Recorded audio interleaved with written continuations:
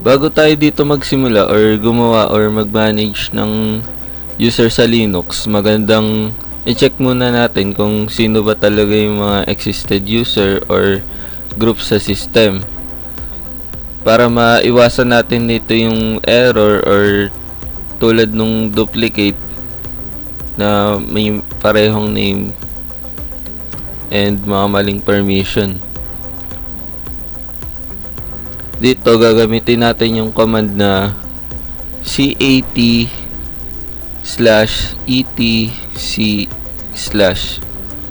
tas passwd para makita natin yung list ng user. At para naman sa group, cat/etc/group para naman dito yung sa group.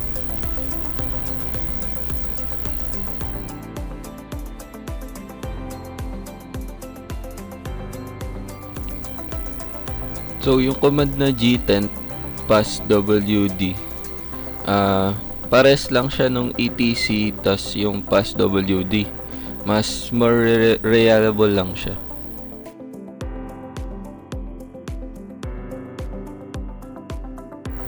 Para naman sa command na gtent passwd then username, i-show dito yung information ng specific user. Maganda to pagka yung pagkatapos mo gumawa ng user or mag-add.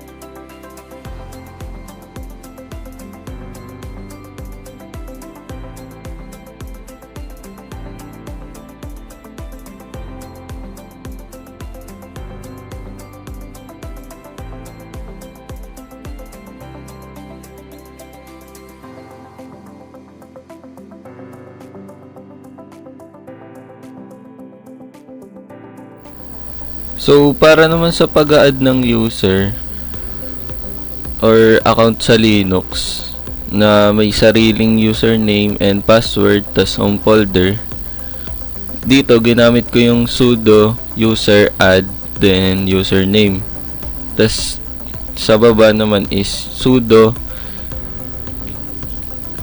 passwd tas username para naman dun sa yan sa password. Tas pagkatapos mo dito enter, itatype mo lang yung password then i-retype mo lang siya. Tas pag nag-successful na siya, yun, okay na yun. Tas ginawa ko lang siya din dun sa sa ibang example na gagamitin natin.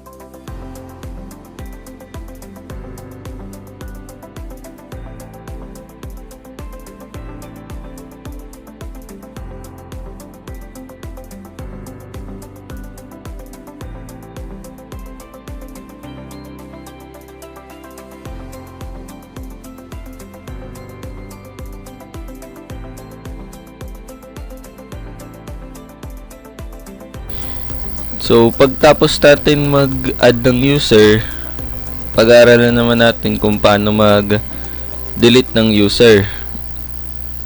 Kung sa system lang or kasama na sa home folder.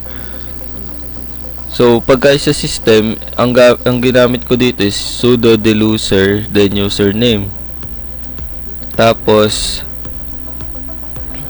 para naman yung kasama yung sa home folder, sudo deluser dash remove dash home tas username.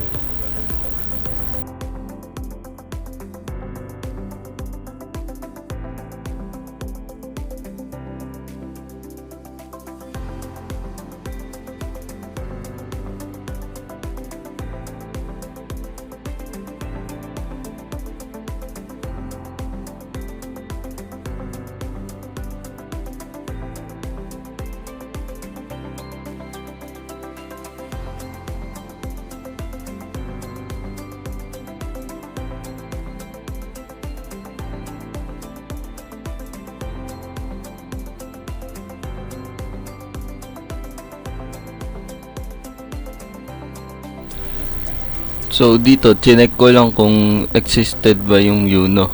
So, pag walang lumabas, meaning nun, hindi na siya existed.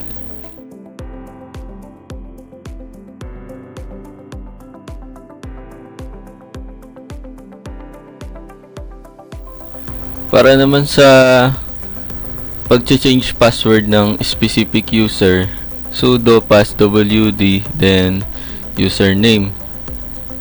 Itatag